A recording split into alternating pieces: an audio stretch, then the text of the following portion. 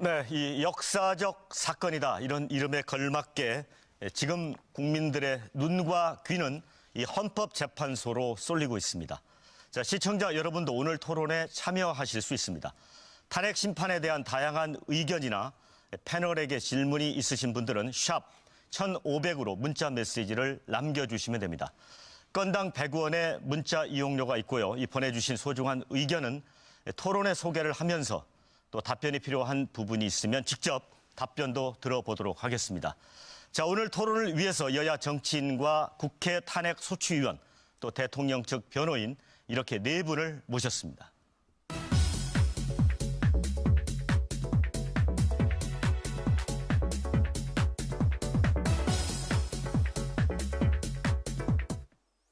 네, 아주 이른 아침인데 네 분 참가를 해주셔서 대단히 고맙습니다. 자, 네 분의 기가 세서 그런지 벌써부터 지금 이 스튜디오에 긴장감이 도는 것 같습니다.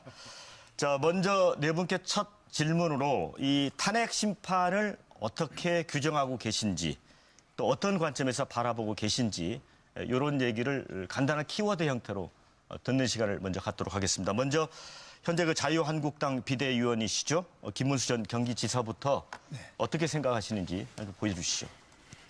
예. 인민재판이라고 쓰셨습니다. 예, 저는 네. 인민재판이라고 봅니다. 그 이유는 처음에 JTBC 등 일부 언론에 의해서 정확하지 않은 보도를 보고 우리 국민들이 촛불을 들고 광장에 나왔고 이 광장에서 대통령을 참수하고 또 단두대를 끌고 다니고 상렬을 메고 다니면서 국민들을 위협하고 또 이런 그 과정에서 국회의원들이 놀라가지고 국회에서 또 증거 없이 허둥지둥 탄핵 소추를 하고 또 국회의원들을 탄핵 안 하면 다 불에 타서 죽는다 이렇게 협박을 해가지고 결국은 국회의원들이 탄핵을 하게 되고 그 다음에 특검도 또 야당만으로 야당 편파 특검 여당은 아예 추천도 못하고 야당 편파 특검을 해가지고 허둥지둥 또 이 특검을 해서 헌법재판소도 지금 허둥지둥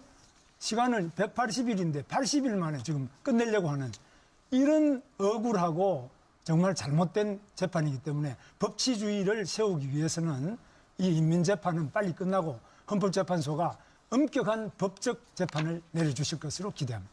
네, 다음은 인천시장도 지내셨고 지금은 더불어민주당 의원이시죠? 송영길 의원님, 어떻게 키워드를 보여주시겠습니까? 헌법 수호라고 써주셨네요. 탄핵 인용 헌법 수호라고 그랬습니다. 네. 인민재판이라는 말씀을 하셨는데 지금 헌법재판소가 재판을 하고 있습니다. 이번 이 박근혜 대통령 탄핵 소추는 이를 둘러싼 여러 가지 의견 차이가 있습니다만 이것은 보수와 진보의 대결도 아니고 촛불과 태극기의 대결도 아닌 것입니다. 사실상 이것은 헌법과 법률을 위반한 이 범죄 행위, 헌법 위반 행위를 바로잡고 대한민국 헌정 질서를 수립하는 행위입니다. 증거가 없다고요? 이미 박근혜 대통령이 임명한 김순환 검찰총장이 지휘하는 대한민국 검찰에 의해서 이 공범자로 안종범과 최순실의 국정농단 직권남용 여러 가지 뇌물, 제3자 뇌물 수수의 공범자로 기소되어 있는 것입니다. 사실상. 그리고 다시 한번 특검에 의해서 확인된 명백한 범죄 행위 피의자입니다. 당연히 더 이상 이 박근혜 대통령을 그 자리에 놔둔다는 것은 우리 대한민국이 침몰해 가는 것입니다. 빨리 바꿔야 될, 대한민국을 바로 잡아야 될 시점이다. 이렇게 말씀드리겠습니다. 네, 다음은 대통령 측 대리인단 변호사시죠? 네. 손보규 변호사님. 네. 각하 이렇게 쓰셨네요. 예, 각하. 네. 이 각하라는 글자를 한문이 다르게 두 번 썼습니다.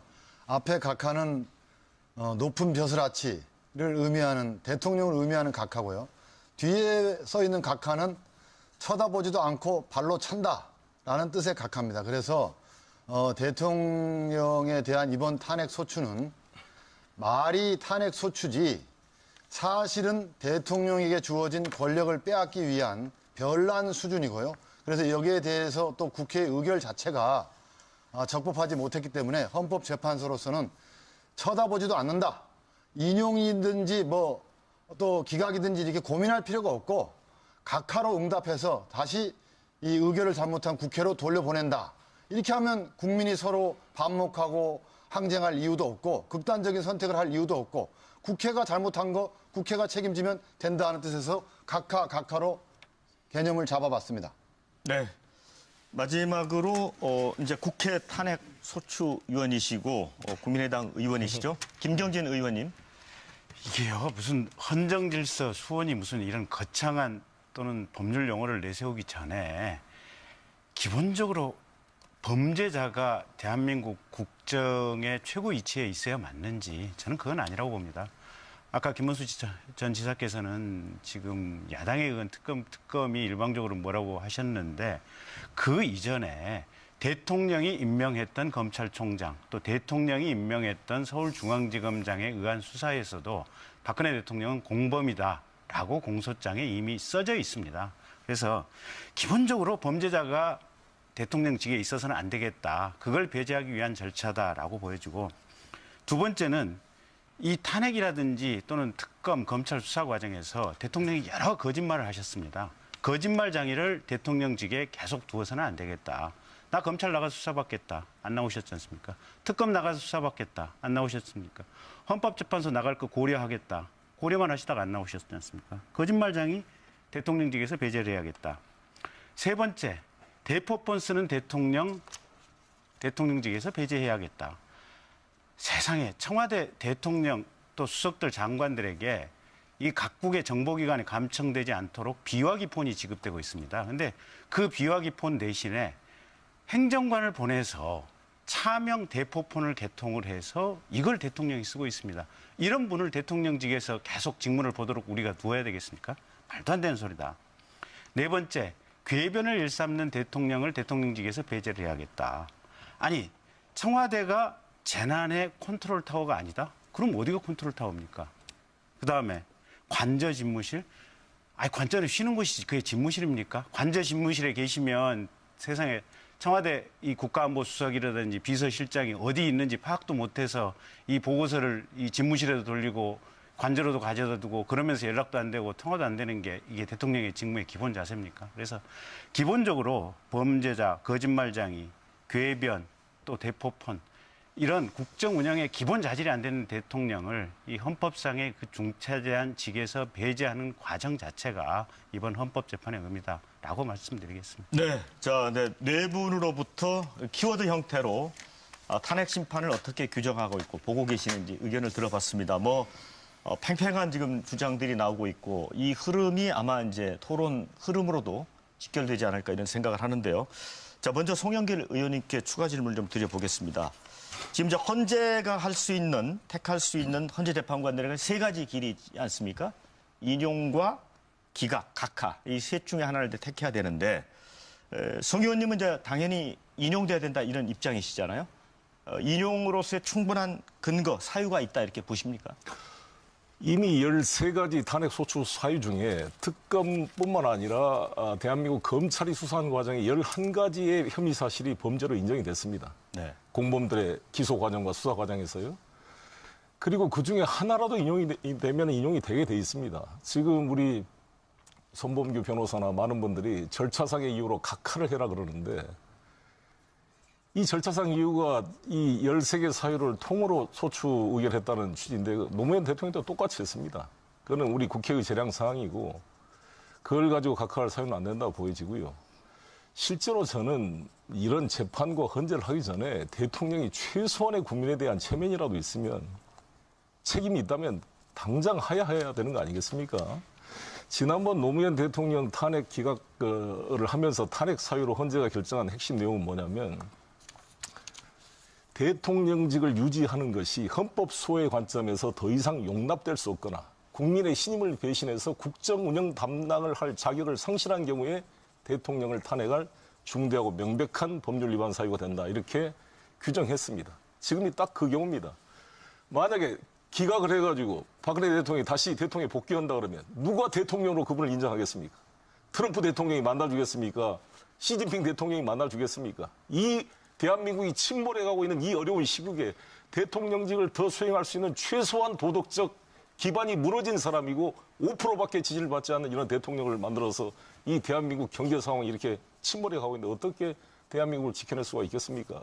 보수 진보의 문제가 아니라 무너져가는 대한민국을 살리기 위해서 침몰하는 세월호 같은 대한민국을 살리기 위해서 즉각 교체시켜야 된다 이렇게 생각합니다. 자, 김경진 의원님, 예. 이 탄핵 사유 중에서 여러 가지가 있지 않습니까? 자, 가장 중요한 탄핵 사유는 뭘로 보고 계십니까? 그러니까 저는 도대체 대통령이 누구였냐? 박근혜 대통령이 대통령인가? 최순실 씨가 대통령인가? 물론 엊그제 나온 보도긴 하지만 장시호 씨 얘기가 있지 않습니까? 최순실 이모가 밤새워 청와대에서로부터 들려나온 서류를 받고 심지어는 최순실 씨가 짜증까지 냈다. 내가 이거 언제까지 해야 되느냐. 그다음에 거기에 포스트잇을 붙여가지고 그거 청와대로 다시 되돌려보냈다. 물론 이제 장시호 씨 일방적인 주장이라고 얘기를 할 수도 있습니다. 근데 저희가 청문회 과정에서, 국회 청문회 과정에서 최소한의 공적 자리에서 들은 증언이 있습니다. 차은택 씨, 자기가 최순실을 안 지 한 달 만인데 장관을 추천하고 수석을 추천하라고 하더라. 그래서 추천을 했더니 그 사람이 대통령이 되더라. 또 차은택 씨 말. 장관이 되더라. 대통령이 장관이 되더라. 그다음에 최순실 씨에게 무슨 문화체육에 관한 기한문을 하나 보냈더니 그대로 장관이 공식 석상에서 그대로 토시 하나 안 틀리게 읽으시더라. 그러니까 우리 국민들이 도대체 누가 대통령이었냐? 박근혜 대통령이 대통령이었냐? 최순실 씨가 대통령이었냐? 아니, 누구나 어느 때나 비선은 있을 수 있습니다. 대통령이 되면 신뢰할 만한 사람에게 정말로 고민이 깊은 부분에 대해서는 그분이 비록 공직은 아니지만 민간인 신분이지만 내밀한 조언을 구할 수 있습니다. 근데 이거는 아니 박근혜 대통령하고 최순실 사이에 작년 9월부터 작년 12월까지 이 대포폰으로만 확인된 통화 내용만 해서 한 1000통화 가까이 된다는 거 아니겠습니까? 그렇게 수없이 많은 전화통화가 오고 가고 청와대에 있는 공적 문서들이 그대로 가고 최순실 씨가 추천한 사람들이 그대로 장관 수석으로 임명하고 심지어는 최순실 씨가 봤다는 서류 중에 보면 경찰청장 임명에 대한 서류가 있고 이러면 그거는 정말로 대통령이 믿을 만한 무슨 고민되는 문제에 대해서 한두 차례 조언을 구하는 이런 차원이 아니거든요. 누가 대통령으로서 역할을 했냐. 국민은 누구를 대통령으로 뽑았냐. 그러니까 가장 기본 중에 기본에 대한 문제거든요. 그게 안 되어 있는 대통령을 도대체 우리가 어떻게 대통령직을 유지시킬 수 있겠습니까? 저는 그게 제일 중요한 탄핵 사유라고 봅니다. 자, 이제 우리 이제 김경진 의원님하고 송영길 의원님 얘기 들어봤는데 김문수 지사님, 자, 김 지사님께서는 탄핵 사유가 좀 부풀어져 있다 이렇게 보시는 입장이신 거죠? 요 두 분 말씀 듣고 혹시 두 분 말씀 자체가 전혀 근거가 없습니다. 첫째, 저는 경기도지사 할 때 공무원을 해봤는데 구급 공무원도 이렇게 파면시키는 법이 없습니다. 반드시 증거가 있어야 되고 그 증거는 언론 보도 또는 촛불을 많이 들고 나오니까 파면해야 되지 않느냐. 또는 최순실이가 대통령이라는데 우리 김경진 의원님, 최순실이를 어떻게 대통령으로 그렇게 생각하고 있는 사람이 누가 있겠습니까? 그래서 그거 다 허위고 대통령이 여성 대통령으로 혼자 살기 때문에 그 심부름 해주는 사람에 지나지 않지. 그게 어떻게 그게 최순실을 대통령으로 생각하는 그런 허위 언론과 그 촛불에서 1577만 표 국민의 과반수 이상이 투표로 뽑은 대통령을 이걸 그냥 무조건 최순실이가 대통령이다.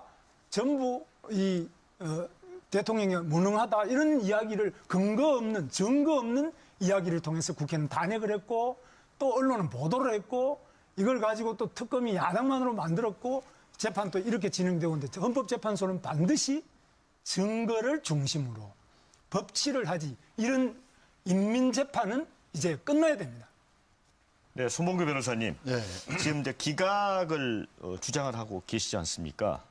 아니, 기각이 아니라 각하를 주장을 하고 계시는데 각하는 이제 절차상 하자로 탄핵 심판 청구 자체가 심판 요건을 갖추지 못했다 이런 주장 아닙니까? 그렇죠. 예.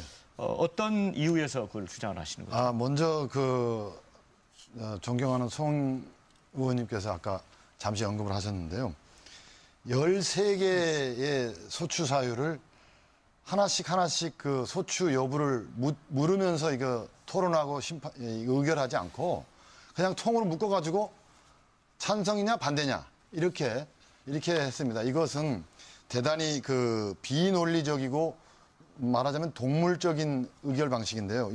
이게 왜 잘못됐냐 하면 왜 부적법하냐면 헌법재판소에서 이렇게 재판을 안 합니다. 헌법재판소는 13개의 소추 사유 하나씩 모두 재판관님들께서 그걸 음미를 해가지고 사실인지 아닌지를 결단을 내리시고 그 다음에 이제 인정된 사실을 전부 합쳤을 때 그것이 과연 대통령직에서 파면해야 될 정도로 중대하냐라는 이런 논리적 과정을 밟게 돼 있는데 국회는 이러한 과정을 전혀 밟지 않고 했거든요.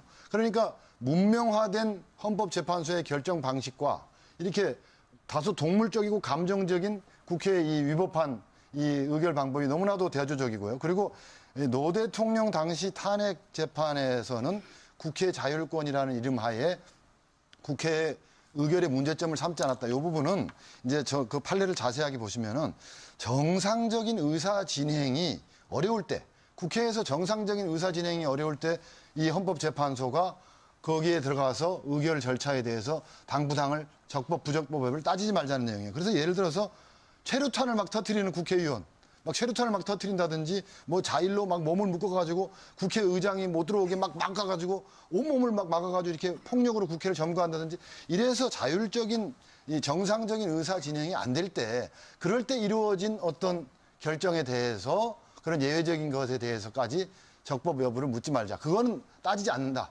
이렇게 예외적인 거를 이제 얘기한 부분인데 이게 지금은 그 세상이 바뀌어가지고 국회 선진화법이라는 법 때문에 그런 예외적인 상황이 일어날 수 없게 오히려 식물국회가 된 상황입니다. 그래서 이런 예외적인 일이 일어날 수 없는데 13년 전에 이 아웃 오브 데이트 된 이 판례를 가지고 지금 적용한다는 건 말이 안 되고요. 그리고 마지막으로 이 증거 제시가 안 돼 있어요. 이 탄핵소추 의결에.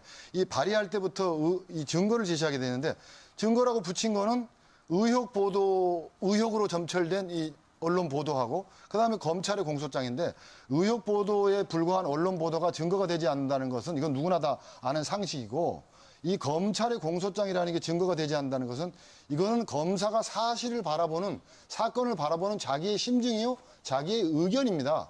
만약에 이것이 증거가 된다고 한다면은 그렇다 그러면 국정조사는 뭐하러 필요하고 특검은 뭐하러 필요하고 재판은 뭐하러 필요합니까? 또 법원이 왜 필요합니까? 그러니까 이걸 신뢰도가 가장 떨어지는 이 검찰의 국민의 신뢰도가 가장 떨어지는 검사의 의견 하나를 그 다음으로 신뢰가 떨어지는 국회가 이제 국회가 그 다음 검찰 다음으로 신뢰가 떨어지는 기관이거든요. 여기 국회의원들이 일개 검사의 주관적 의견에 불과한 공소장을 증거로 채택해가지고 일국의 대통령을 권좌에서 몰아내기 위한 이러한 행위를 감행한다는 건 이건 부적법해서 각하를 면할 수가 없습니다. 네, 송영길 의원님. 지금 이제 김문수 지사님도 그렇고 우리 손범규 변호사 측도 그 증거가 없다 이렇게 말씀을 하셨거든요. 이 부분에 대해서 반론하시겠습니까? 저희가 아베 신조를 비롯해서 일본 우익 정치인들의 말을 꼭 들어보면 비슷한 상황인데요. 이분들이 항상 그렇습니다. 위안부 강제동원 증거가 없다. 강제동원만 없다. 스스로 자기들이 돈을 벌기 위해서 몸팔러 갔다. 이런 식으로 우리를 매도하고 있습니다. 지금 네덜란드 법원의 증거나 그돈 일본의 육군성이나 조선 총독부의 관보라 여러 가지의 그런 공식 자료를 통해서 수많은 사람의 증언을 통해서 위안부 강제동원 증거가 생생하게 있음에도 불구하고 지금도 일본 정부나 우익 정치인들은 증거가 없다. 자발적으로 했다. 심지어 우리나라의 이 친일 분자들이 그렇게 이야기하고 있습니다. 똑같은 거 아닙니까? 증거가 차고도 넘칩니다. 노무현 대통령 열린우리당을 돕고 싶다는 말 한마디 했다는 이유로 중앙선관위의 경고에 대해서 무시했다는 이유로 탄핵 소추를 했습니다. 정말 동물적으로 했습니다. 나는 끌려나갔습니다. 몸으로. 아예 막 폭력적으로 끌려나서 동물적으로 우리 손범규 변호사님 말씀한 대로 탄핵 소추를 의결했어요. 기각됐잖아요. 이거는 의원 내각제면 그 의회는 탄핵 해산시켜야 될 그런 잘못된 탄핵 소추를 한 겁니다. 결국 17대 국회에서 심판을 받았습니다. 국민으로부터. 지금 이 절차가 다 합법적으로 정리가 됐고 더구나 국회의원들이 78%가 찬성을 했고 여기 계신 같은 당원이었던 유승민 의원이나 권성동 의원이 탄핵소추위원장이 돼 있는 거 아니겠습니까? 당시 김기춘 탄핵소추위원장, 법사위원장이었습니다. 노무현 대통령을 탄핵했을 때 뭐라고 말씀했느냐. 이 탄핵 소추는 형사재판과 다르기 때문에 무죄 추정의 원칙도 적용이 안 되고 무능력한 사유조차도 감시 감독을 못한 것도 탄핵 소유가 된다고 말했어요. 그래서 지금 상태는 이것에 증거가 없다고 말하는 것은 손바닥으로 하늘을 가르는 것이고, 그리고 지금 집권 여당 아닙니까? 자신들이 임명한 검찰한테 그렇게 검찰을 부인하면 결국 대통령이 자기가 부인한 거죠. 대통령이 임명한 검찰입니다, 이 검찰이. 그 검찰이 했고, 그럼 증거를 확인하기 위해서 특검이 압수수색하겠다, 본인 대면 조사하겠다는데 왜 나오지도 않습니까? 그렇게 떳떳하면은 검찰에 나와서 자신을 변론해가지고 무죄를 입증해야 될 거 아닙니까? 왜 이렇게 거짓말해요? 계속 특검도 안 나오지, 검찰도 안 나오지. 헌재에 나와서 그럼 최후 진술이라도 해야죠. 근데 이런 아니, 그리고 반대쪽에 반대 증거를 제출도 제대로 못 하잖아요. 예를 들어서 세월호 때 7시간 동안 뭐 했냐? 통화 기록이라도 제출해 보세요. 왜 그 서버 압수수색도 못하게 합니까? 제대로 무슨 쓸만한 증거를 제출한 게 뭐 있어요, 반대 증거를? 증거, 잠깐만, 지사님. 제가 증거에 대해서만 제가 송 의원님 조금만 제가 첨언을 해드릴게요. 자, 증거가 없다. 소가 웃을 얘기입니다. 여러분, 대한민국에 있는 소를 지금부터 웃겨드리겠습니다. 자, 안종범 수석이 깨알같이 적은 수첩, 뭐라고 그럴 겁니까? 정호성 비서관, 매번 최순실 또 대통령하고 얘기할 때마다 깨알같이 그 받아적기가 힘들어가지고 통화 내용 다 녹음했습니다. 그 녹취 파일, 뭐라 그럴 겁니까?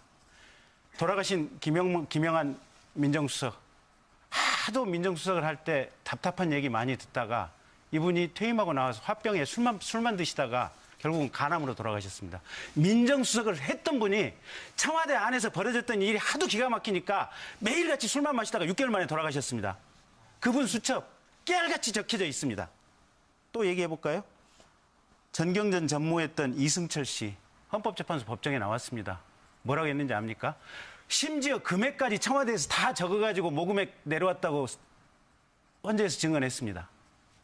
심지어는 국회 청문회 가서 위증하라고까지도 청와대에서 지시가 왔다라고 얘기를 하고 있습니다. 유진용 전 문체부 장관, 그 사람 증언을 어떻게 깰 겁니까? 그 다음에 장시호 씨 얘기, K스포츠 사무총장 했던 정현식 사무총장. 저는요, 보고 있으면 대한민국의 보수가 이건 무능의 문제를 넘어서 근본적으로 이건 영혼 자체가 문제가 있다는 생각입니다. 하늘을 가려도 손바닥으로 절대 못 가리는 것을 하늘을 가리겠다고 지금 하시고 있는 겁니다. 보고 있으면요, 기가 차서 처음에는 웃었습니다. 아, 소들 웃는 것처럼 나도 웃어야겠다. 요새는 입에 근육이 안 떨어집니다. 말이 안 나옵니다. 저희가 좀 말씀 좀 할게요. 증거 관계에 대해서 말씀을 하시는데, 우선 가장 소추위 측에서 이제 많이 인용하는 증거가 그 안종범 수첩이에요. 그 다음에가 이제 태블릿 PC였고, 그 다음에 이제 녹음 파일인데, 이게 3대 물증입니다. 그런데 보십시오. 안종범 수첩이라는 이 물증이 헌법재판소에 안 옵니다. 또 안종범 본인 재판에도 이 원본이 제출되지 않습니다. 이거는 뭘 의미하는 건가 하네요. 살인사건, 강도사건에서 그 강도짓 하는 거, 살인행동하는 거를 찍은 CCTV 화면이 있다고 경찰이나 검찰에서 CCTV 화면 있어.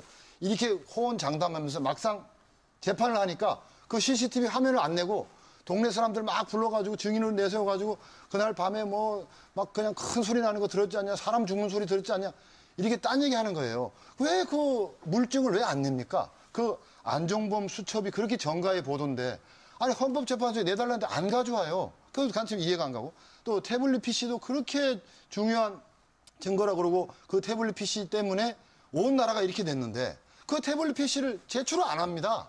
도대체 그 안에 뭐가 들었고 뭘 어떻게 조작이 돼 있길래 그걸 내지 못하냐. 그리고 녹음 파일 2395개, 이 김수현 녹음 파일인데요. 이게 고영태 녹취록이라고 알려져 있는데 이 2395개를 다 들어보자고 그러지도 않았습니다. 우리는. 그중에서 중요한 거 골라가지고 국민 앞에 공개 검증하자. 그러면 그 안에 엄청난 내용이 들어있어요. 검찰의 공소장 내지는 검찰 조서와는 전혀 다른 이야기가 거기에 시대순으로 쫙 녹음되어 있고 회의 전부 다 되어 있습니다. 그걸 틀어보면은 중요한 얘기가 나와요. 거기에 뭐 뭐 K스포츠 재단을 갖다가 말이야 한 방 퍽 날려가지고 말이야 조직을 장악해가지고 뻥 터트려서 뭐 돈을 벌어야 된다는 둥, 뭐 차은택을 제거해야 된다는 둥, 뭐 이제 최순실을 다 써먹었고 심지어는 뭐 대통령님을 갖다가 얘네 걔네 할 때 그 걔라고 그러면서 걔를 몰아내고 다른 세력과 손잡아야 돼. 뭐 이런 식의 당돌하게 그지없는 이야기들, 황당하게 그지없는 이야기들. 그래서 야 이것은 이 사건은 검찰이 만들어오는 프레임과 정반대가 진실인가 보다. 이러한 의심을 충분히 자아내게 하는데도 그런 증거 조사도 지금 이루어지지 않고 허덕거리면서 빨리 재판한다는 겁니다. 왜 이 중대한 헌법 재판이 국회 의결도 잘못됐고 이런 재판이 헌법재판관 한 분의 임기에 연동돼가지고 3월 13일까지 안 하면 무슨 난리가 납니까? 이게 참 여러 가지로 문제가 많습니다. 네. 자, 제가 그다음 제가 김무실. 네. 이렇습니다. 증거라는 것이 뭐냐? 제가 왜 인민재판이라고 했느냐? 증거라는 것은 촛불을 많이 든다고 증거가 될 수가 없습니다. 증거가 충분하다고 할 수 없어요. 두 번째, 언론의 보도가 많이 됐다고 증거가 될 수가 없어요. 세 번째, 소가 웃는다고 증거가 될 수가 없어요. 네. 정말 그렇습니다. 예, 그래서 맞는 말씀이십니다. 증거, 법원에, 이거 다 변호사 아닙니까? 저만 아니지. 저도 근데 재판을 많이 받아봤습니다. 증거라는 것은 바로 물증, 법치주의라는 건 증거라는 것은 아까 말씀하신 뭐 태블릿 PC든지 아니면은 본인의 진술이라든지 아니면 각종 그 증거에 되는 객관적 증거와 물증을 말하는 거지. 소가 많이 웃더라. 그러니까 대통령 내려와라. 구급 공무원도 소가 웃는다고 구급 공무원을 파면하는 경우 없습니다. 촛불 많이 들고 나오면은 국회의원을 그러면 파면합니까? 없습니다. 그래서 적어도 대한민국의 우리 대통령 국가 원수고 또 외교에도 책임자고 국군의 통수권자고 모든 행정의 수반인데 이런 대통령을 1577만 표 과반수 이상 표를 찍어가지고 신성한 투표로 뽑은 대통령을 소가 웃는다고 그러면은 그 소가 웃는지 안 웃는지도 판단해야지. 소가 웃는다고 그러면 대통령 관둬라. 촛불이 많으니까. 그래서 태극기 드는 사람 왜 나왔냐. 촛불 든다고 대통령을, 죄 없는 대통령을 파면시키려고 하니까 그럼 우린 태극기로 막아보자. 이렇게 해서 바로 인민재판이 촛불과 태극기 광장에서 대한민국이 이루어지면 이 나라가 배겨나겠습니까? 어느 대통령이 견뎌나겠습니까? 그래서 이것은 오늘 박근혜 대통령의 문제가 아니고 대한민국의 법치주의의 근본, 자유민주주의의 근본에 대한 도전이기 때문에 우리가 태극기를 들고 많은 분들이 절규하고 울고 있는 겁니다. 제가 조금만 더 좀 반박 말씀드릴게요. 네. 아니 증거 얘기가 자꾸 얘기가 나와서 그러는데 아니 그러면 헌법재판소 재판정에 나와서 진술을 했던 박근혜 대통령이 임명했던 김종덕 장관 증언 어떻게 반박하시겠습니까? 이승철 전경련 전무 증언 어떻게 반박하시겠습니까? 유진용 전 장관 증언 어떻게 반박하시겠습니까? 차은택 씨나 정현식 씨 증언 어떻게 반박하시겠습니까? 자, 잠깐만요. 거기다 하나만 더 단독 얘기. 그다음에 아까 안종범 수첩이라든지 또 정호성이 녹음 파일이 헌재로 직접 안 왔다고 하는데 그거는 그럴 수밖에 없는 게 다 법조인들이니까 다 알지 않습니까? 이게 형사사건, 본인들의 구속이 된 형사사건의 증거로 지금 압수가 돼서 해당 검찰, 해당 법원에서 가지고 있는 사건입니다. 그러면 그 관련된 내용들이 검찰에서 조사를 할 때 관련되는 안종범 씨 조서 내용에 들어가서 그 해당되는 조서 부분이 지금 헌재로 증거로 와 있지 않습니까, 보면. 그리고 안종범 씨 본인이 그와 관련해서 헌재에서 증언을 했지 않습니까? 그 전체적인 내용을 종합해 보면 실은 그 메모지 수첩에 적혀져 있는 내용이 헌재 증언에 와 있는 거나 진배가 없는 겁니다. 그러니까 이렇게 많은 증거들을 가지고 그 증거가 없다. 또는 증거가 없는 상태에서 의결이 됐기 때문에 각하를 해야 된다. 이렇게 제가 주장하시면 한마디 할게요. 너무 심하게 나가시는 겁니다. 저까지 후보해 주십시오. 순서대로. 그거는 제가 김 말씀드릴게요. 이사님 네, 먼저 그럼- 하시고. 증거라는 거는 최순실이가 범죄를 했기 때문에 최순실이가 법정에서 증언했기 때문에 대통령은 파면해라. 틀렸죠? 누가 무슨 범죄를 저질렀다. 그럼 김대중 대통령이 대통령 아들이 3명 다 유죄가 됐다고 해서 대통령이 관두라 소리 하면 안 됩니다. 이게 법치주의죠. 그리고 또 노무현 대통령 형님이 어떻다고 해서 관둬라, 대통령 관둬라. 안 됩니다. 탄핵 안 됩니다. 그래서 우리가 탄핵, 공무원에 대한 파면, 이것은 어디까지나 본인의 유죄 증거, 이것이지. 뭐 촛불 많이 들으니까 뭐 이제는 투표한 거 1577만 표는 소용없고 촛불 100만 개는 투표 1577만 표보다를 더 무겁다. 이런 법이 대한민국에 어디 있습니까? 아니, 하나만 반문 네, 드려볼게요. 아니, 그러면 대통령하고 최순실 씨는 그렇게 차명폰을 굳이 마련해가지고 석 달 동안 몇천 통의 이 차명폰을 이용한 전화는 왜 했으며? 그럼 차명표를 그렇게, 이용하면 잠깐만요. 탄핵입니까? 아니, 아니, 그러니까 아니, 제가 그 설명드릴게요. 상황 자체가 둘 사이에 그렇게 은밀하게 범죄적인 내용의 얘기가 많이 오갔다는 겁니다. 아니, 그러니까. 그래서 민간 검찰에서도 그건 조금 박근혜 대통령을 최순실의 범행의 공범으로 딱 못을 박은 짧게 겁니다. 할게요. 자, 차명폰을 이용하면은 탄핵이, 파면입니까? 그런 거 없습니다. 차명폰을 이용했기 때문에 자, 공범으로 인정되는 상황이라는 그러니까 겁니다. 보세요. 아니, 그 정도 자신 있으면 대통령 그러니까. 나와서 이 자리에서 얘기 좀 해보라 그러세요. 보세요. 자, 검찰이나 특검이나 헌법재판소에 불출석하면은 파면이냐? 없습니다. 두 번째, 차명폰을 이용하면은 파면이냐? 없습니다. 대통령은 1577만 표, 국민의 과반수가 신성한 투표로 5년의 임기를 준 겁니다. 보장돼야 됩니다. 다만 보장이 되지 않을 때는 확실한 유죄의 증거, 확실한 물증에 의해서 되는 거, 이것이 법치주의고 자유민주주의지.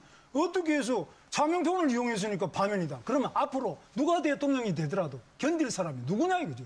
네네. 자, 대해서 저희가 이제 증거 논란 부분에서 지금 시간이 많이 흘러가고 있는데 먼저 송영길 의원님 질문 답변 듣도록 하고 그다음에 우리 손보기 변호사님 말씀하시고 그다음에 저희가 이제 뭐 K 스포츠 재단 설립 과정이라든가 세월호 관련된 그 생명권 보호 의무 또 뇌물수수 등 이 형사법 위반 논란들이 있습니다. 이런 쪽으로 좀 더 논의를 이어가도록 하겠습니다. 먼저 송영길 의원님. 최순실이 공직자가 아니잖아요. 무슨 공식적인 권력이 있는 사람이 아닌데 이 사람이 이렇게 범죄 행위를 저질 수 있는 것은 박근혜와 공범이 됐기 때문에 범죄를 저지른 겁니다.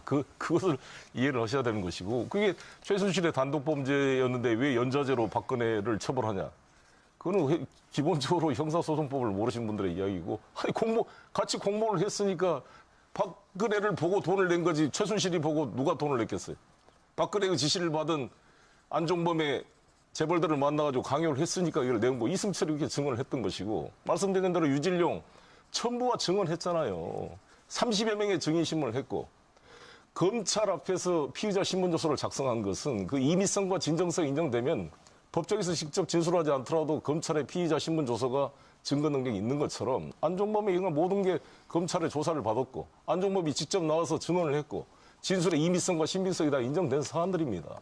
그리고 이 정도 우리가 보통 일반 국민들이 범죄로 재판을 받을 때 17번이나 변론기를 열어주고 30여 명의 증인을 신청을 다 받아주고 3번의 준비 절차까지 해서 20번의 재판을 받을 정도로 충분히 다툴 기회를 주는 재판이 어디가 있습니까? 우리 국민들이 그렇게 지금 변론권을 보장받고 재판받고 있습니까? 저도 변호사 법정에 가보지만 채택도 안 해줘요. 증인 신청하면. 바쁘다고. 재판이 그냥 가까이 버리면 항의도 못하고 그냥 재판이 끝납니다.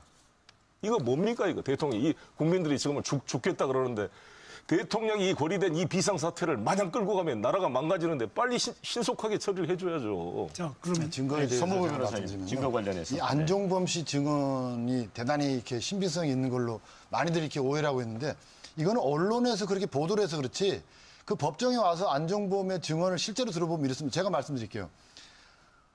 그 수첩에는 대통령께서 직접 지시하실 때 제가 받아 적은 것도 있고 또 대통령님과 다른 분의 대화를 대통령님이 불러주시거나 다른 분이 불러주셔서 제가 받아 적은 것도 있고 제 혼자서 생각한 것을 적은 것도 있고 다른 분하고 얘기하는 거 적은 것도 있는데 지금 와서 생각해 보니까 어느 게 어느 건지 정확하게 기억을 할 수가 없습니다. 이게 안종범의 증언이고요. 그다음에 유진룡 장관 말씀하시는데 유진룡 장관의 증언은 모철민 증인의 증언에 의해서 무참히 깨졌습니다. 뭐 유진룡 장관이 뭐 대통령에게 뭐 당당하게 건의했는데 대통령이 막 협량이 돼가지고 듣지도 않고 그랬다. 그리고 뭐 이렇게 막 공무원들을 함부로 말해 인사처분하면 안 된다 그렇게 건의했다 그러는데 모철민 증인이 그 대통령과 유진룡과의 대화에서 같이 있었던 사람이에요. 그 사람은 모철민 증인은 뭐라 그러냐면 대통령이 그렇게 말씀하실 때 유진룡이 입도 한번 뻥끗도 못했고 나와서 대통령의 뜻이니 인사처분을 해야지 어떡하냐. 그렇게 비리가 있다면 인사처분한다.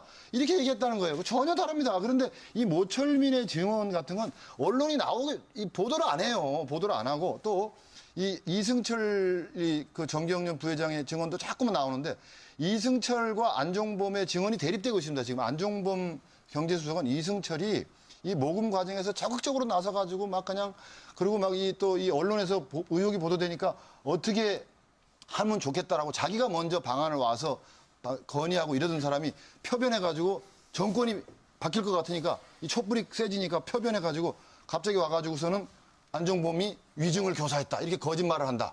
그래서 안종범의 증언과 이승철의 증언은 완전히 대립돼가지고 있는데 이 안종범의 증언에 대해서는 언론이 보도를 전혀 안 합니다. 그리고 이승철만 계속 보도를 해요. 그러니까 여기 의원님 존경하는 우리 의원님께서도 전혀 이 안종범의 증언에 대해서 균형 잡힌 시각을 못 가지시고 한쪽 부분만 생각하죠. 이게 바로 언론의 큰 문제입니다. 세상 그런 헌재에서 결정하고 넘어갑시다. 그러니까 지금 우리 송영길 의원님 말씀에 최순실이가 공무원이 아니다.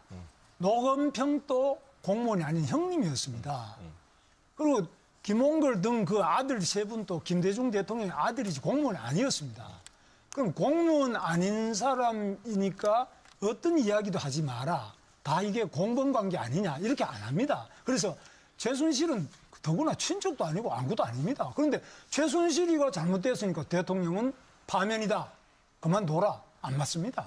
그게 아니고 자, 반론 듣고 최순실이 다음으로 가겠습니다. 대통령이 가지고 있는 권한에 대해서 영향을 미쳐가지고 장관도 임명하고 노태가기도 바꿔버리고 나쁜 놈이라 바꿔버리고 국정에 직접적으로 영향을 미쳤잖아요. 자, 지금 그러면- 예를 들어서 노건평은 노무현 대통령의 형이라는 것 객관적인 그 형의를 이용하려고 다른 사람이 뭐를 금품을 주는 것과 본인이 직접 대통령과 수시로 소통을 해서 국정문서 받아보고 장관도 교체하고 국정을 완전히 관여해서 시킨 대로 대통령이 사람도 바꾸고 인사도 관여하고 차원이 다른 문제죠. 노무현 대통령 스스로가 그 차원이 말씀을 다른 거죠. 하셨습니다. 거의 그런 공범 자기 관계하고. 형님이 형님한테 와서 뭐 배운 사람들이 구신거리면서 뭘 부탁한다.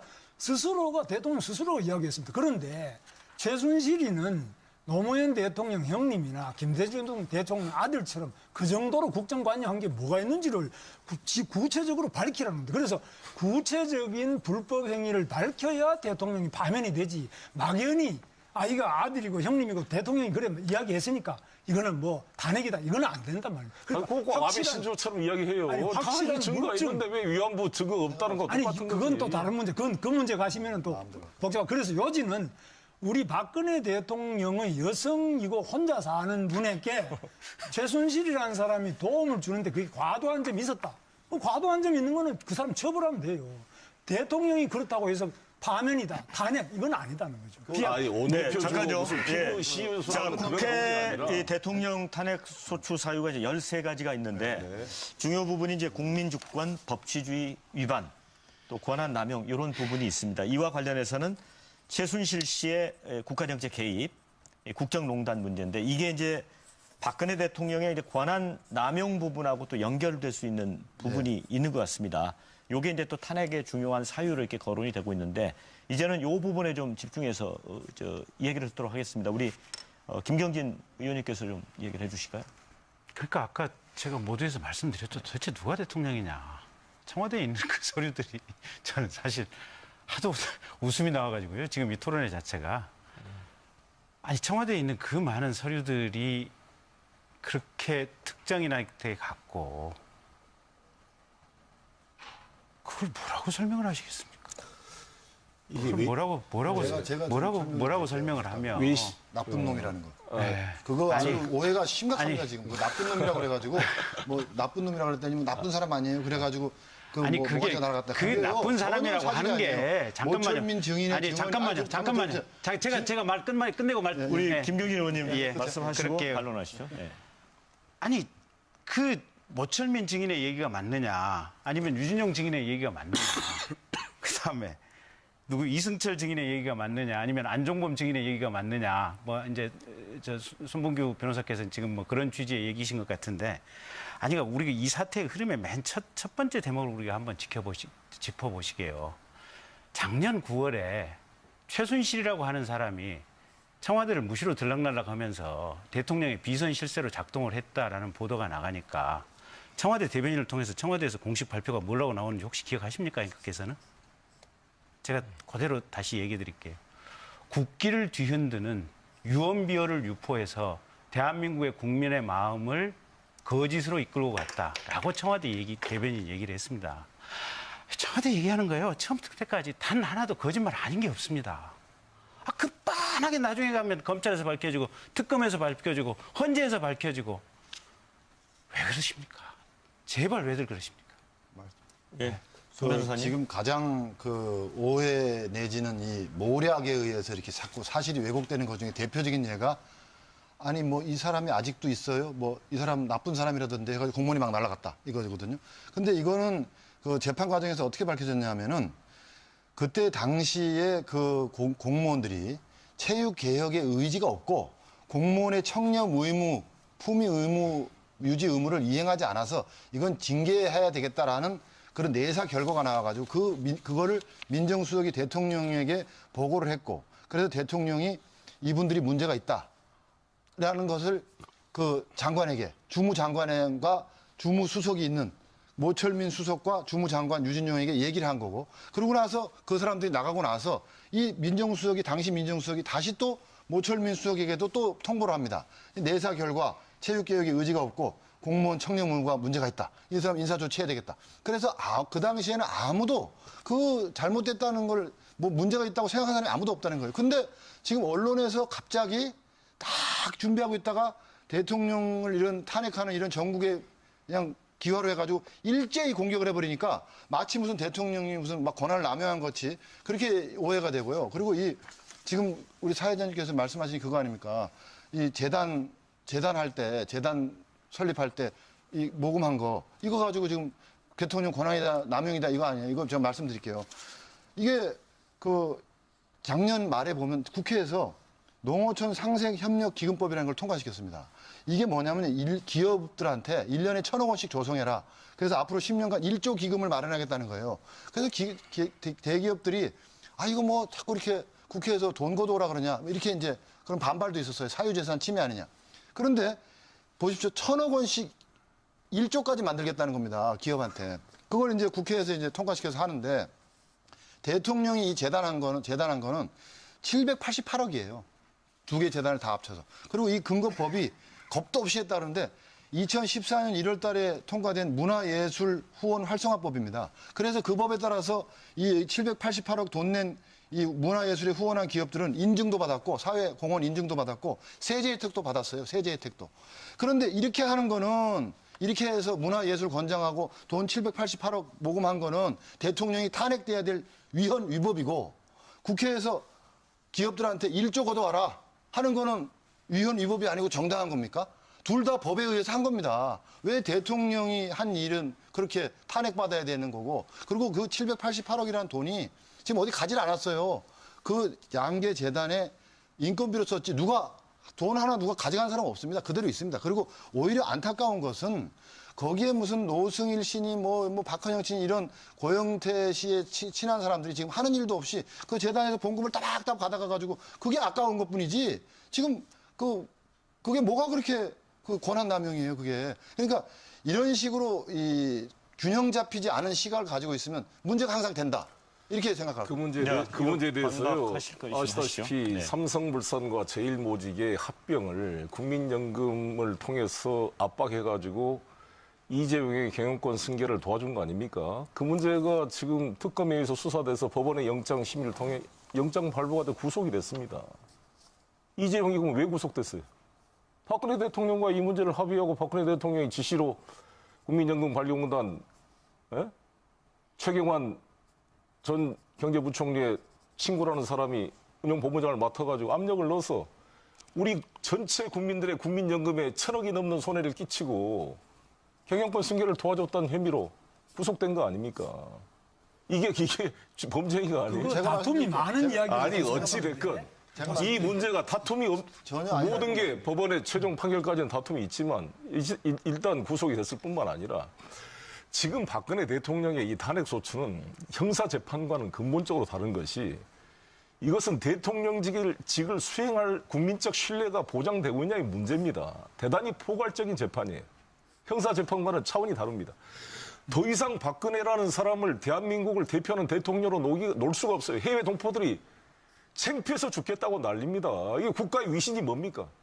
완전히 국가를 이렇게 국격을 실추시키고 제가 좀 어리석은 외교 참사로 지금 미국, 중국 속에 완전히 대한민국이 지금 어떻게 함정에 빠져 있는 이런 참사를 일으킨 대통령을 어떻게 유지를 시켜요? 자, 네, 제가 그걸 김문수 지사님 말씀 예, 듣고 그런데, 예. 세월호 7시간 그런데 이렇습니다. 문제로 넘어가겠습니다. 지금 방금 말씀처럼 증거가 확정되지 않고 다 변호사시잖아요.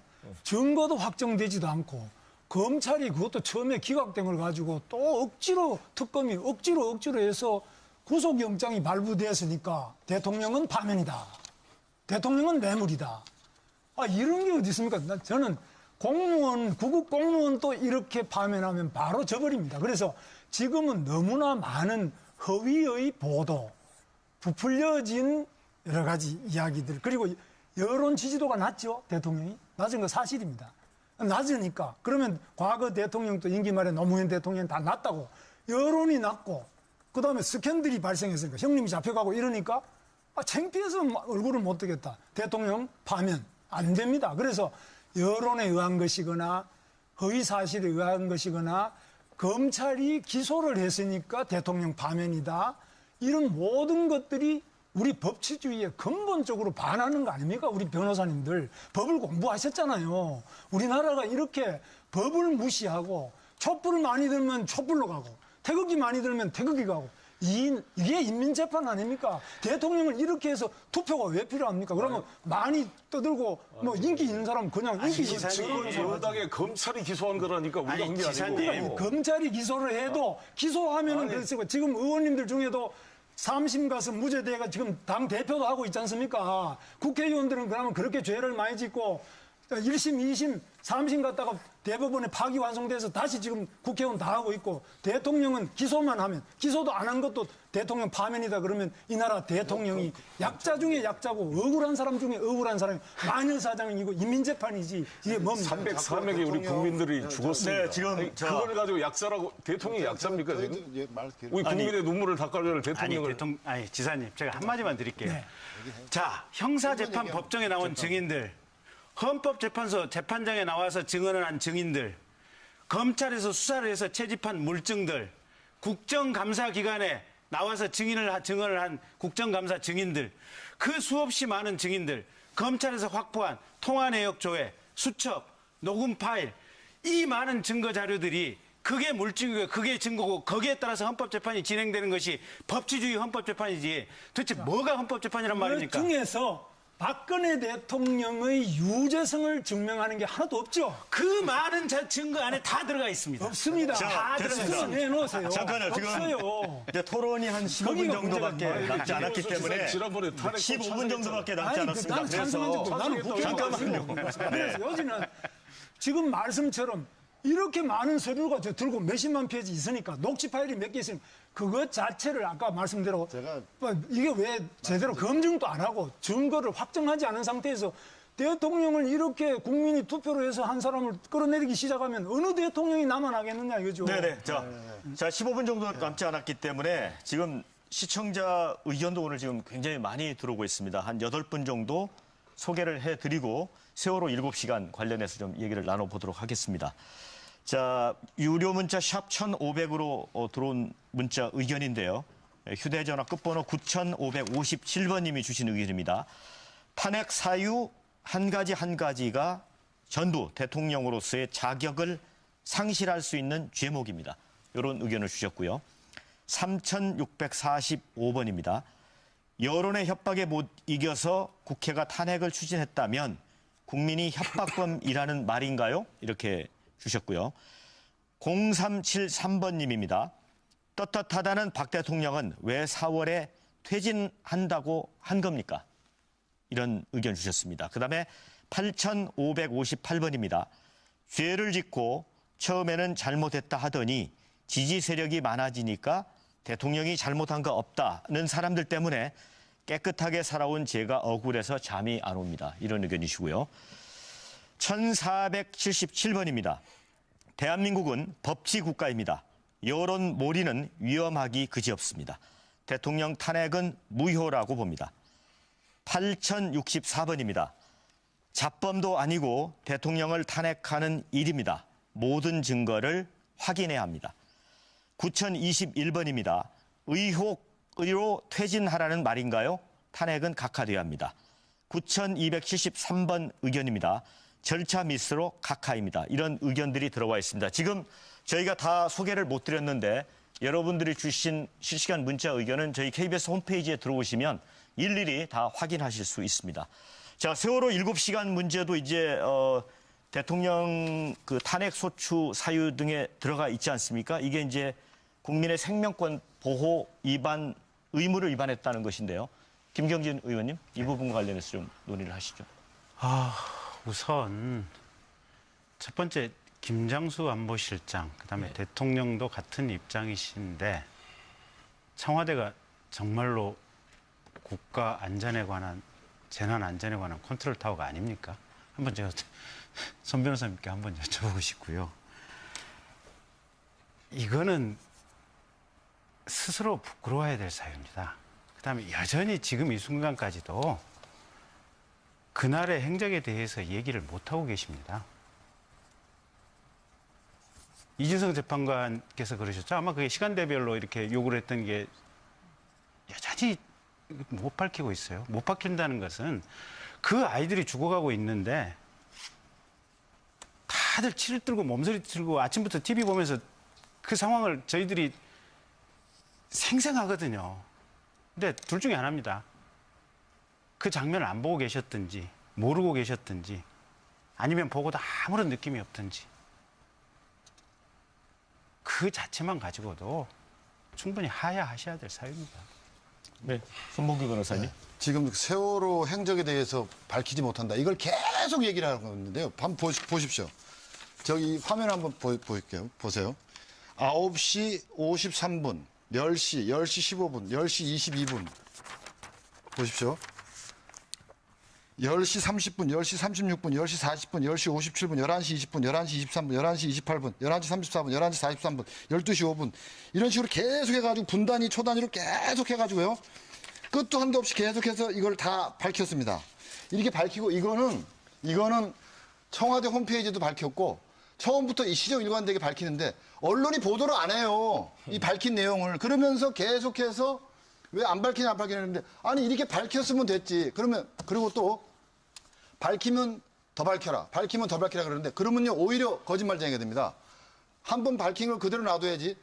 재촉한다고 더 자세해지고 재촉한다고 더 자세해지고 그러면 거짓말한다고 그렇게 뻔하고요. 그다음에 그 합병 문제도 그럼 뇌물 받고 합병을 해라고 도와주라 이래가지고 국민연금이 움직여서 국민연금은 1,000억 손해봤다 그러는데 그러면 그 소액 주주들 있잖아요. 삼성물산하고 제일모직이 합병하는 거에서 삼성물산이 손해봤다고 그럽니다. 그런데 그 손해를 감수한 90%의 소액 주주들이 손해를 감수하고 다 합병에 찬성을 했어요. 왜냐하면 합병에 찬성을 안 하면 엘리어트라는 외국의 자본이 들어와가지고 투기성 자본이 들어와가지고 이 삼성물산의 주가가 반토막 3분의 1토막으로 나기 때문에 손해를 덜 보기 위해서 어쩔 수 없이 전부 다 찬성을 하는 겁니다. 그리고 국민연금도 마찬가지예요. 1,000억 손해를 보고 말아야지. 이걸 반대해가지고 합병이 불발되잖아요. 그럼 엘리어트의 투기 자본이 넘어가면 1,000억이 아니라 1조, 2조, 10조가 손해를 봐요. 그래서 그러면 이 투기 자본, 이 소액 주주들이 다 그럼 뇌물 받고 그러면 찬성했습니까? 이렇게 얘기를 하면 안 되는 거예요. 그리고 그 이재용이 구속된 이유는 회사 돈을 횡령해가지고 해외에 도피하고 범죄 수익을 은닉하고 이러한 혐의들이 새롭게 구성되고 그래서 구속의 필요성이 있다 이랬지. 무슨 대통령한테 뇌물 줘서 구속한다. 이런 거 아닙니다. 그리고 또 이 대통령의 임명한 검찰인데 왜 그러냐. 대통령이 임명한 검찰에서 기소했다 그러는데 언제부터 우리 국회가 우리 야당이 대한민국 검찰을 그렇게 신뢰했습니까? 대한민국 검찰을 그렇게 신뢰하는 게 참 그런 언제부터 그런지 모르겠고요. 그리고 이 검찰이 그렇게 나쁘게만 보지 마세요. 뭐냐면 이 고영태를 조사하고 박헌영을 조사하고 이런 검사가 조서 말미에 이럽니다. 그게 탄핵이 이루어지기 불과 며칠 전이에요. 뭐라 그러냐면 당신들은 말이야 말만 열면 최순실이 시킨 대로 다 했다 그러지만 당신들은 최순실을 이용해가지고 배경으로 돈 벌려다가 안 되니까 이제 와서 최순실한테 모든 책임을 떠넘기는 거 아니에요? 검사가 보기엔 그런데 이렇게 날카로운 질문을 합니다. 그거 그냥 놔뒀으면요 고영태 구속돼요. 그런데 그렇게 수사하기 일보 직전에 고영태를 이제 잡아넣기 일보 직전에 국회에서 특검을 만들어버린 거예요. 특검으로 넘긴 거예요. 그래놓고 특검은 고영태를 부르지도 않고 수사도 안 했지 않습니까? 이런 식으로 하는 거예요. 이게 뭐가 이걸 국민들이 몰라서 그렇지 이걸 다 알면은 이거 다 정신 똑바로 차려야 네, 이 됩니다. 부분 관련해서는 조금 네, 반론이 필요할 것 뭐, 같습니다. 네. 아무튼 뭐 그 문제 지금 이제 세월호 문제에 집중해서 말씀드리자면 또 손범규 변호사가 뭘 제시했는데 아니 그럼 서버나 다 압수수색을 해서 그걸 증거를 다 확인했어야 되고 가장 중요한 것은 박근혜 대통령이 전화 통화를 하고 지시를 했다 그러는데 텔레비전도 안 본 겁니다. 왜냐?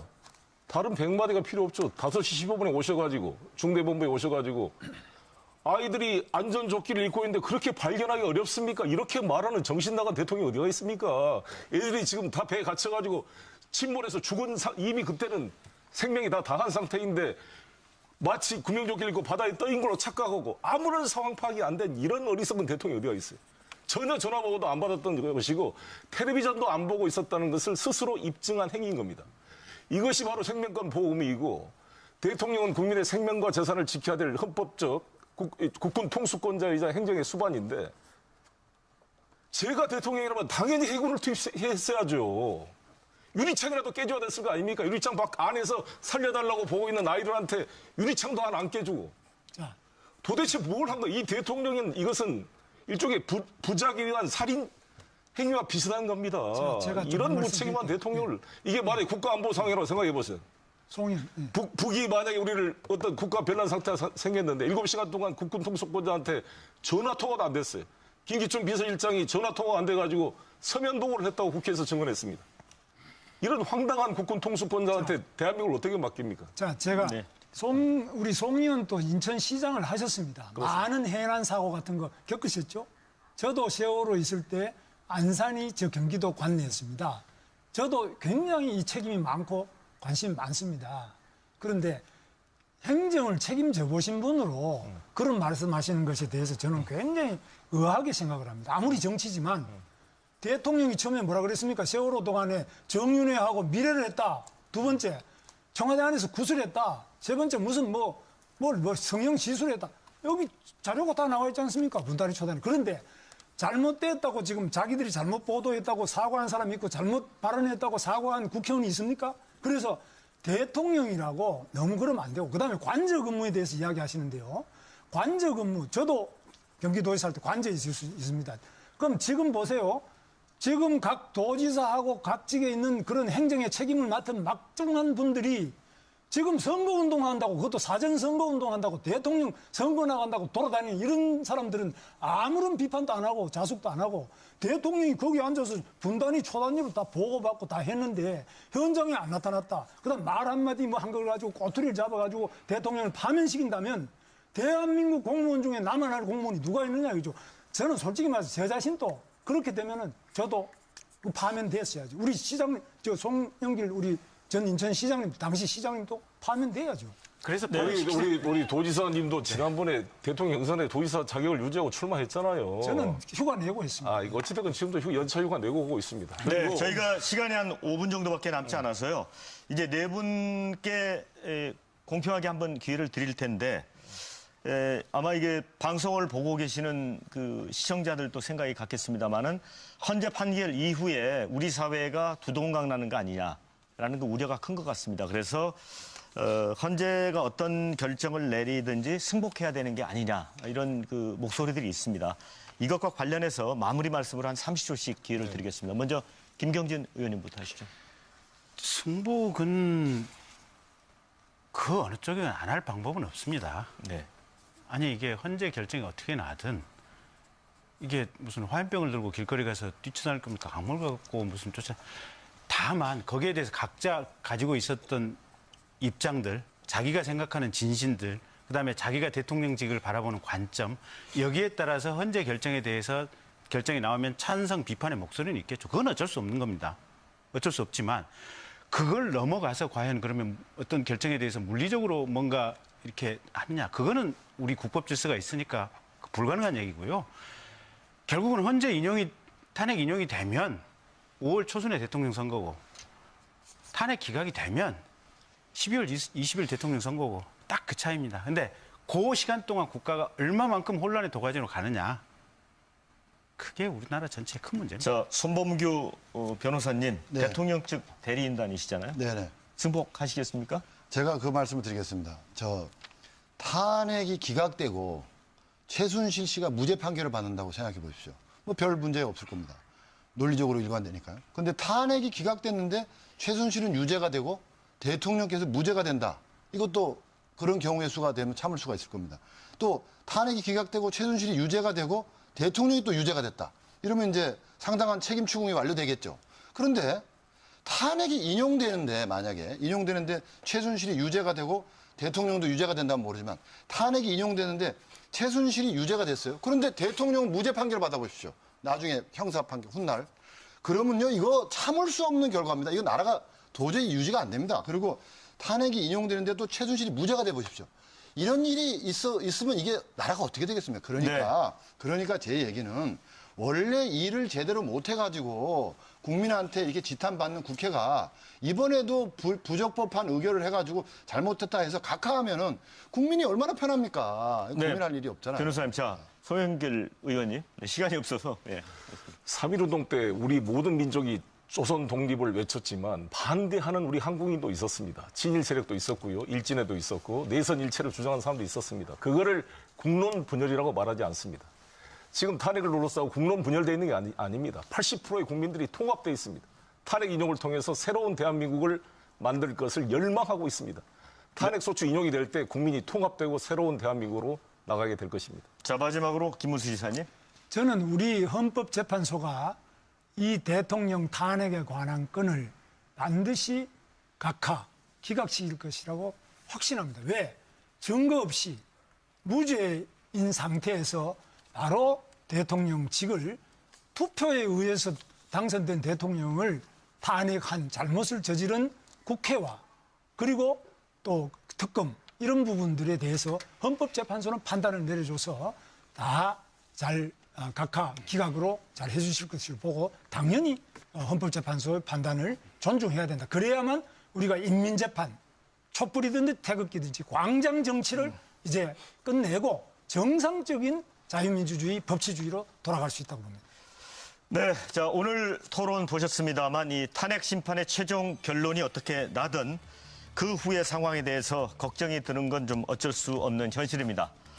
자, 이 헌법재판소의 현명한 결정을 기대하면서 다른 한편으로는 이 헌재 결정 이후의 혼란을 막기 위한 정치권의 깊은 고민 또 책임 있는 자세도 함께 주문하고 싶다는 말씀으로 이 시간을 정리하도록 하겠습니다. 생방송 일요 토론 함께해 주신 여러분 감사합니다.